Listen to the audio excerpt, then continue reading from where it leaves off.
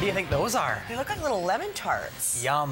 Why aren't we doing the news from there? Oh, we have important sports news to talk about. A new member of the Vancouver Island hockey community. A name. People know this guy. You know this guy for good reason, Andrew. Yes, people do know this guy. New bench boss in town. Dave Lowry takes over as head coach of the Victoria Royals. And the second coach in franchise history comes with an impressive hockey resume. Drafted by the Vancouver Canucks in '83, his 19-year NHL career ended in Calgary. And that's where his coaching career began. He coached the Hitmen for one season before being picked up by the Flames as an assistant coach. He knows how to motivate young players and has a proven track record.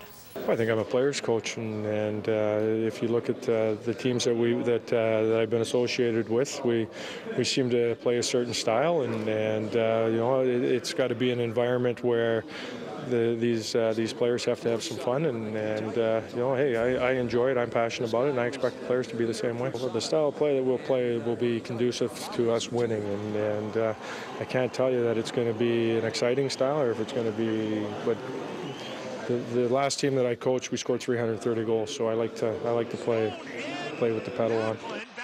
Yes, and that team was the 08-09 Calgary Hitmen. They finished the regular season with a 59-9-3-1 record, made it all the way to the WHL final before losing to Jamie Benn and the Kelowna Rockets. Lowry says the chance to be a head coach again was just too good an opportunity to pass up. When the Royals decided to separate head coaching and GM duties, well, that's when his interest in the position really peaked. When Graham had mentioned that they were announcing Cam as general manager on the Friday, that solidified the direction that I wanted to go, and once again it was to be a head coach. What do you expect of him? I expect him to be exactly as advertised. He's a great guy. He's a great coach. And I'd like to say expect to win every game, but I just expect that he's going to bring to this team what he brought to all of the teams he's coached, which is a high level of integrity, hardworking guy, yeah, I can't wait to get started. Well, the work has already started. One of Lowry's first orders of business will be to meet with last season's assistant coaches and see if they share in his philosophy. I think our goal is to build and continue to take steps, and obviously we have some work to do, and we know that, but it's a challenge, and at the end of the regular season, you want to make sure that you're in a position to be going to the playoffs. Well, Victoria's Michael Saunders helped make a winner out of Felix Hernandez this afternoon. Saunders went 2 for 4 with an RBI as the Mariners beat the Kansas City Royals 6-1. Felix is now 8-5 on the season. Saunders now batting .261 on the season.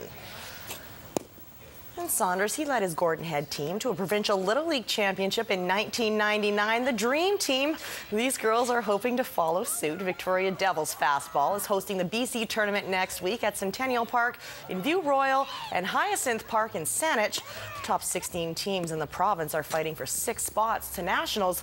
Qualifying for BC's is not new to them. Winning it would be a first. We're here to win. It's been 7 years and we've never actually won one. We've come second 4 times, and we don't want to come second again. We have probably 10 silver medals in our bet at home in our boxes or whatever we keep them. So silver is not an option. This year in particular seems to have a really good cropping of players, so I think we all just have the same goal in mind. We all want to win, we all want to compete, so that definitely contributes to it. Also contributing to their success, a little familiarity. Some of these girls have played together as long as 9 years. That, however, pales in comparison to the 40 years that Nelson Hughes has spent in Fastball. During that time, he's never coached a BC champ, but this could be his year. What would that mean to get one with these girls? Big time, but national was better. Dream big. Dream big. You've got to go for the top. Well, I've got to say we're practically family. Like, I actually regard all of these girls as my sisters. Like, I don't think we've ever had big fights or anything. We are sisters and will always be, I think. Okay, let's talk a little lacrosse, AJ. It is shaping up to be the busiest and biggest weekend in the WLA season. A logjam in the standings has 5 teams battling it out for playoff positioning. And among the teams clawing at the postseason is the Nanaimo Timbermen. Head coach Art Webster is calling this weekend the make it or break it weekend for his club. Currently, his Timbermen are on the outside looking into the playoff picture, but so too are tonight's opponents, the New Westminster Salmon Bellies. Thanks to a win last weekend over Maple Ridge, the T-men only trail the Bellies by a single point.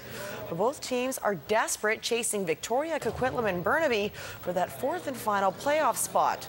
Tonight's game is simply a must-win. You know, we're 1-1, and you know we need that game to get the series win with them. So we know it's going to be a battle, but we're prepared for that. They've got a big, strong team. It was a close game last time we played them, and you know, we're just looking to build on that. We got a win last game by a couple goals, and that's what we expect from them. They're a good team.